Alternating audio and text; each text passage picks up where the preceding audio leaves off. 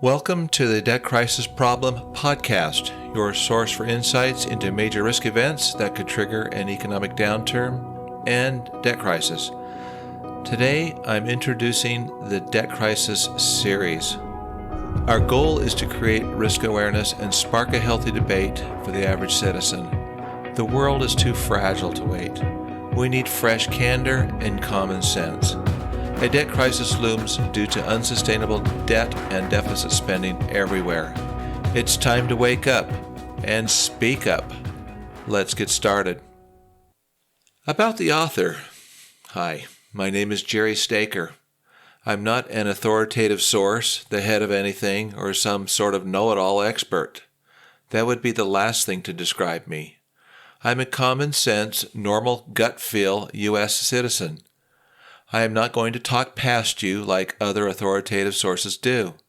I'm going to talk with you, the average person, in plain, simple English. Who am I? I am an independent thinker who uses candor. If I walk alone and not with the crowds, so be it. All the better, frankly, especially if I believe the crowds are walking in the wrong direction. I call balls and strikes as I see them. I am an arbiter of truth as the way I see it. I am nobody's puppet, but rather like an independent quarterback on the field. I am willing to call audibles when I don't like what I see, or even as an old-fashioned farmer out working on the field all season. I pay attention because I am actually out on the field. I observe and look closely at things. I am familiar with and watch the ground, observe the skies, and when decisions or certain calls must be made, I trust my gut and I speak up. And I do not look back either, ever. Once decided, I go forward with confidence in making my decisions. I also seek out and respect the points of view of others who are sincere with their verifiable resources. So I do a lot of research. I listen to both sides of any argument, but I will speak up in seeking the truth, if necessary, regardless if anyone else wants to hear what I have to say. Unlike some who may censure certain viewpoints, even mine, I expect and encourage divergent views that are sincere and supportable by facts, written facts. I've been on the field, in the action, on the front lines, in commercial banking and regulatory supervision with the Federal Reserve for more than 40 years. My reading stack from differing points of view is always full with dozens of articles from the day. So I'm comfortable with what I'm talking about, and I correctly rely on my gut as my work-life history has proven. I am unafraid to opine, to express what I think. I am also in learning mode all the time, so I want to continually study and learn and hear what other people have to say. Hence, as I look back, I don't make many mistakes or missed calls. I love this work, and I do my homework, try my best. It is a passion thing with me since the early 1980s. I live, eat, and sleep this stuff. Some qualifications, right? There is no PhD or other worldly credentials. It's too bad. This is what you get. It's just me. And I'm okay with me and everything I write and speak about. So what's my purpose and goal here?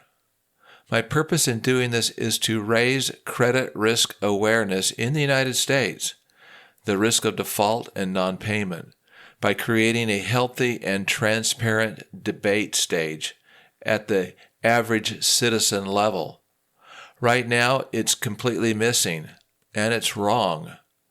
I'm not an economist or any kind of an official, and I don't talk like them, nor do I focus on their audiences.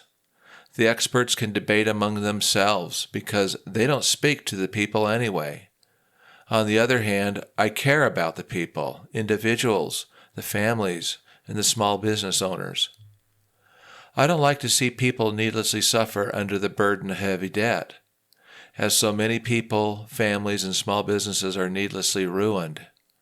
I'm here in the weeds where it matters, here on the front line of the battle. My voice serves the general population and no one else. So let's get to work, stop complaining, and find out what's going on out there to prepare ourselves and apply the right solutions. I also want to hear your immediate concerns, your super ideas, and your best practices. My goal is to make none of this about me. I will not let that happen. If I do, I quit. I am not a show or anything like a program or any kind of entertainment, but I do want the national debate to happen, and happen fast, as we are losing precious time each day. Other than in this introduction section, you will rarely see me using any personal pronouns in any of my publications, as none of this is about me. It's about you, the individual, consumer, family, small business owner. My message is not for the experts on Wall Street. Never has, never will. In the end, I'm the consumers' and small business owners' trusted friend. Now, a little warning about the debt crisis problem. It's the downside case, okay?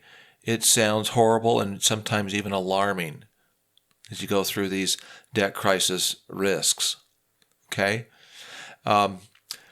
Mainly, they're my supportable opinions and information. It's intended to address the downside black swan risk of these 20 so-called events that will severely impact the U.S. national debt and economy. It is based on the reasonableness test and common sense of the average person. The findings, like I said, are not pretty. They're not sugar-coated either. It's full of candor and intended to bring awareness and even shake things up a bit if needed. I intend to draw attention to the national debate, the national debt debate. It's hardly even happening. To invigorate new discussion platforms while seeking full financial reporting transparency from officials. I'm also introducing to the world what I believe is the right solution for these times. Tunabudget, the solution. It is a new debtor-to-creditor paradigm shift in debt repayment resolution strategies. I know that sounds like a mouthful. More has been written at tunabudget.com and NCARA, NCARA.org. Here I'm going to focus on the problem in the hopes that we understand the event risks all around us. We can then search for understanding their root causes through healthy debate. As we do so, we will be able to apply the right and best solutions, your solutions. But don't get discouraged as you go through these debt crisis memos. But this publication or this platform can be a little bit alarming. I want to note that the world is very fragile. And now for some candor, okay? Everything is fragile and increasingly unstable. Seriously, what are the odds the U.S. and the world will enter seasons of default and restructuring? What could possibly go wrong? Let's please just take a simple, reasonable, closer look at what is happening out there, and like I said, seriously ask ourselves what is going on. In my opinion, we should immediately take measures today to get our finances on a sound footing by eliminating debt, and have a plan on how best to manage the heavy debt burden that we're stuck with to better survive financial storms. Living off of debt everywhere is something that should keep people up at night. It's not right. It's not sustainable. Borrowing binges have resulted in interest payments on the national debt that will soon be growing out of control, leading to a debt spiral. Does anyone even care? You hear some talk on rare occasion that all the deficit spending that is popping up everywhere is not sustainable. But what does that mean? Does anyone really care as long as things continue to roll along? Most people are more than willing to look the other way and ignore the pending crises. They don't have the ability to comprehend the ludicrous size of the national debt and the structured deficit spending that will surely demolish the U.S. economy, resulting in higher interest rates, persistently high inflation pressures, and a debt crisis. Only then will people care. We just frankly don't get it. But let's talk about it. For now, let us simply have the discussion. That is all I'm asking. Like having to address a health or diet issue, no one wants to talk about what's really happening out there in the economy.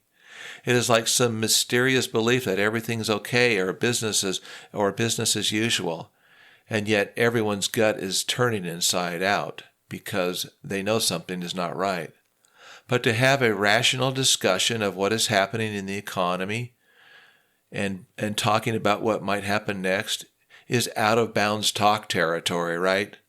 Show me anyone who will welcome debate on good monetary interest, like interest rates and fiscal or spending policy. Yet these policies affect everyone. Maybe people with other points of view are being censored.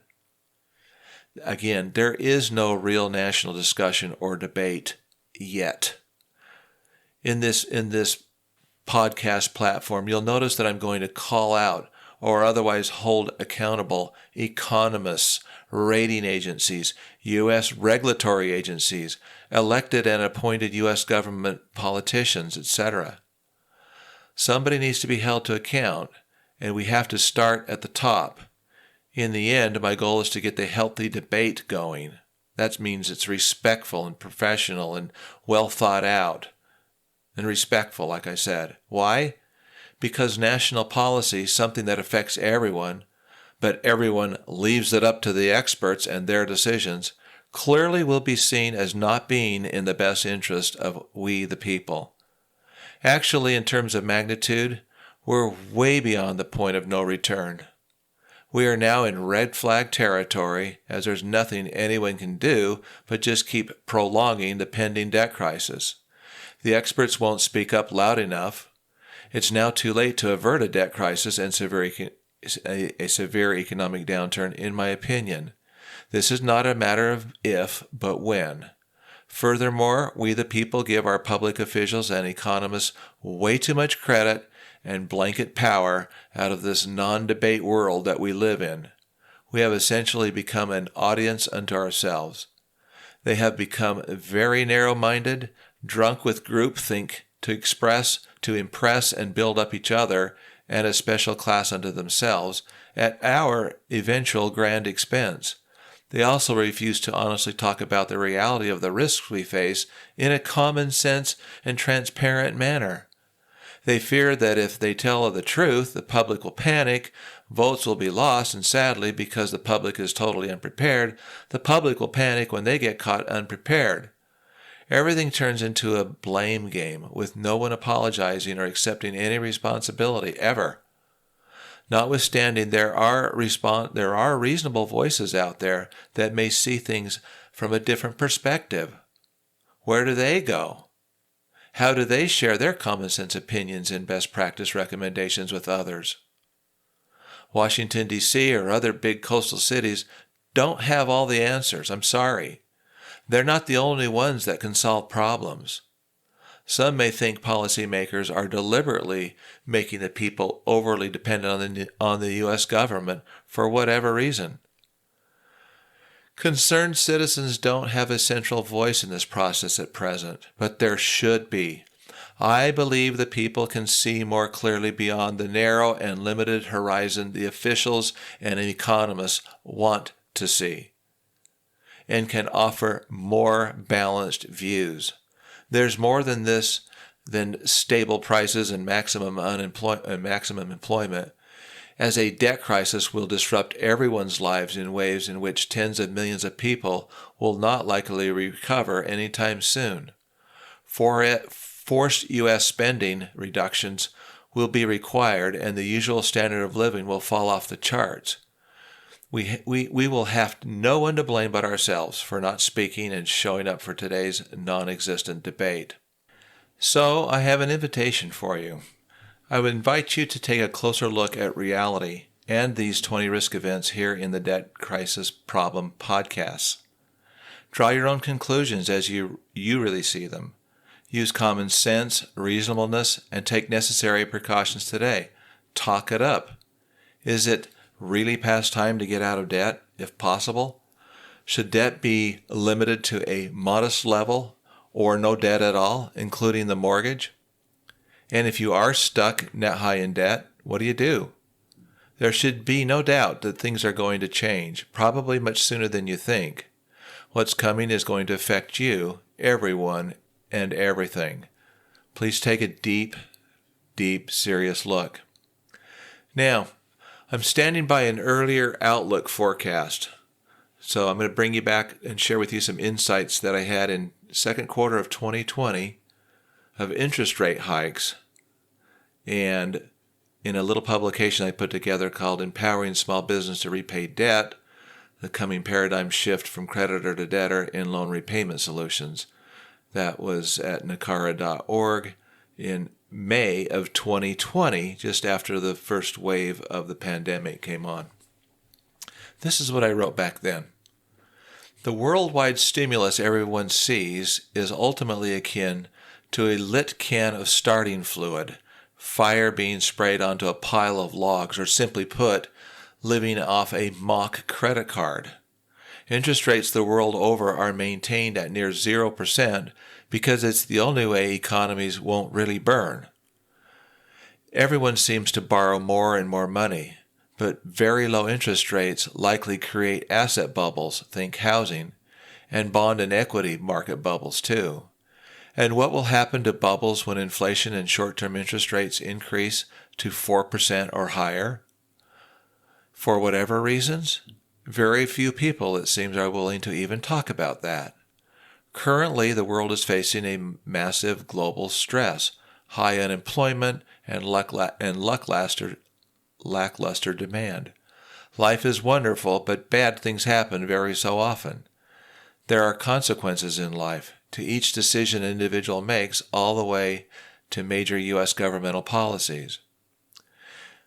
I believe the U.S. will unavoidably see stagflation in the near term by 2023 to 2025, or sooner. Stagflation is routinely described as a time where inflation increases but economic growth slows down. The massive and ever-increasing unsustainable levels of debt are the bedrock foundation that underlies what will become a long period of economic defaults and restructurings and other challenges." Unquote. So I'm still on track for a serious economic downturn in 2025. As far as I'm concerned, I believe we've had, until recently, artificially low interest rates for more than a decade since the Great Recession. Why? Because if interest rates were higher, it would have required all the deficit spending during the ensuing years to be at high unstable rates. It would have brought on a debt crisis much sooner. So politics were played with artificially low rates, as the Federal Reserve Bank should have been independent, raised interest rates, and properly managed the country's finances. It should have screamed and yelled and pushing back against the massive U.S. government deficit spending in those years, and now too, and in many years earlier. But it sat back and basically pushed through the financing needed to do whatever the right thing was at the time. Now we have a total mess on our hands, which will most certainly lead to a debt crisis soon. Rates should have never remained that low, and now with record borrowing, we have a massive debt bubble. The bubble will have to burst in 2025 or so due to its weight, but the pressing stresses from the 20 risk events will surely come in some form or fashion or another. As more debt becomes due and is refinanced at higher interest rates, it will create a debt spiral. The interest rates will be higher than the rate of growth in the economy, and the debt service and levels will become out of control. More debt spending will be needed, and so goes the spiral. Think what borrowing levels would have been had interest rates been normalized over the years, but that couldn't be done for political reasons. So the asset bubbles are mostly artificial that we see today. It is clearly a debt bubble that will soon burst or turn into a debt crisis, as it cannot go on like this forever. The debt levels will never be repaid in our lifetimes, in our children's lifetimes. The only other option is to have the debt bubble burst, resulting in seasons of default and restructuring everywhere in the world. That's how debts get written down or written off. As the U.S. goes, so goes the rest of the world. Interest rates will have to increase again, and nobody will buy the U.S. debt at the lower interest rates soon, which will impact the economy in and of itself. Don't forget the potential additional impacts of the 20 risks in the debt crisis problem. Once the crises come ashore, prices will start to come back to reality, and reality will be what people can then realistically afford in a lower standard of living. The great slowdown will persist and negatively impact the U.S. economy for at least 10 years. While the very rich will become even more rich for a season, many more people will become poor. Okay? So talk about a new prediction. Some of the 20 risk events that will cause major disruptions and defaults. And when this was put together in mid-2024, late 2024, I feel even more strongly about it. In early 2020, 4 years ago, I published that things would start to break when interest rates increased by 400 basis points, or 4%, and inflation and a slowing economy would emerge by 2023 to 2025 or sooner. That happened. Exactly. In fact, just a little bit worse. I'm sticking behind the financial forecast I made back in the second quarter of 2020 even more strongly than before. Massive deficit spending would have to sooner or later result in inflation and higher interest rates, and it did, and that started to transpire exactly as I predicted it would. But primarily because of the unsustainable and increasingly dangerous, extraordinarily high debt levels everywhere, natural supply and demand have been and are out of balance. Resources are now especially subjected to the 20 risks in the Debt Crisis Problem podcast to one degree or another. And the bottom result? More and more deficit spending every time, for everyone, everything, and everywhere. Not preparing for a rainy day, but just out of control spending has become total nonsense. It's surprisingly dangerous, so buckle up. It seems that with new technologies, there's no such thing as a decent, simple budget plan for anyone, anything, or anywhere. When confidence in the U.S. dollar is lost, there will be a debt crisis, and of necessity, interest rates and stagflation will ensue. Hence, in the near term, we will see defaults, and when they come in seasons, followed by restructurings for a large percentage of promissory notes and loan agreements, buckle up and get used to it. Nothing can stop it at this point, in my opinion. But it's so interesting that there's no such thing as a decent, simple budget plan out there anymore. We don't do budgets anymore. We should. This is a ticking time bomb. It's a ticking debt time bomb. And when it comes, you'll wake up one morning and seasons of default and restructuring will be upon us. I'm thinking 5 years of these seasons, followed by another 20 years or so of just limping out of it. Perhaps the Federal Reserve Bank will then come up with a digital dollar solution to erase all the old paper dollars. There would be more disruptions, right? And possibly even social unrest. Just like with past disruptions, the Federal Reserve Banks keeps coming up with more money in creative ways to solve default conditions. Think of the recent trillions spent during the COVID-19 pandemic. It gives money away to everyone to supposedly make things better. Older generations would have struggled through with the disruptions and not borrow their grandchildren's economic future. Believe me. Today, too many people could care less about themselves, their neighbors, or future generations. There's a huge price that will soon have to be paid for being so fiscally irresponsible. Our ancestors were wise. We are not. So buckle up, friends. And let's wake up. Again, we're not sufficiently prepared. People are beginning to ask if the cure to these shock events was or will end up being worse than the events themselves.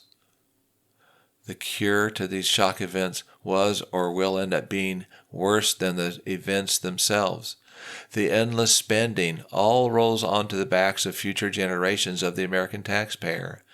But the unintended consequences will always seem to grow deeper and deeper as more shock events will keep happening.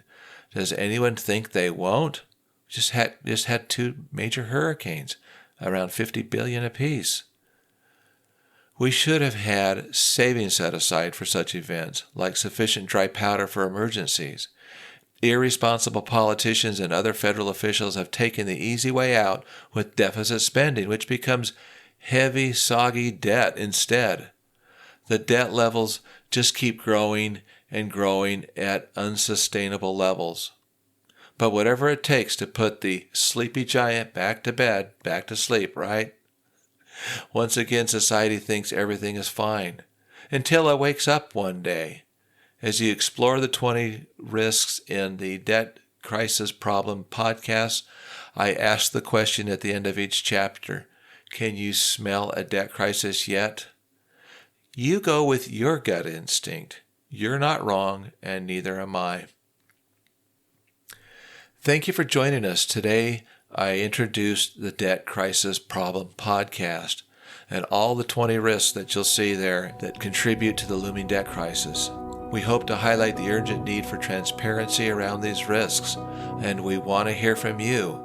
Submit your own debt crisis memo and share your thoughts at Tunabudget.com. If you found today's episode valuable, please subscribe for future podcasts.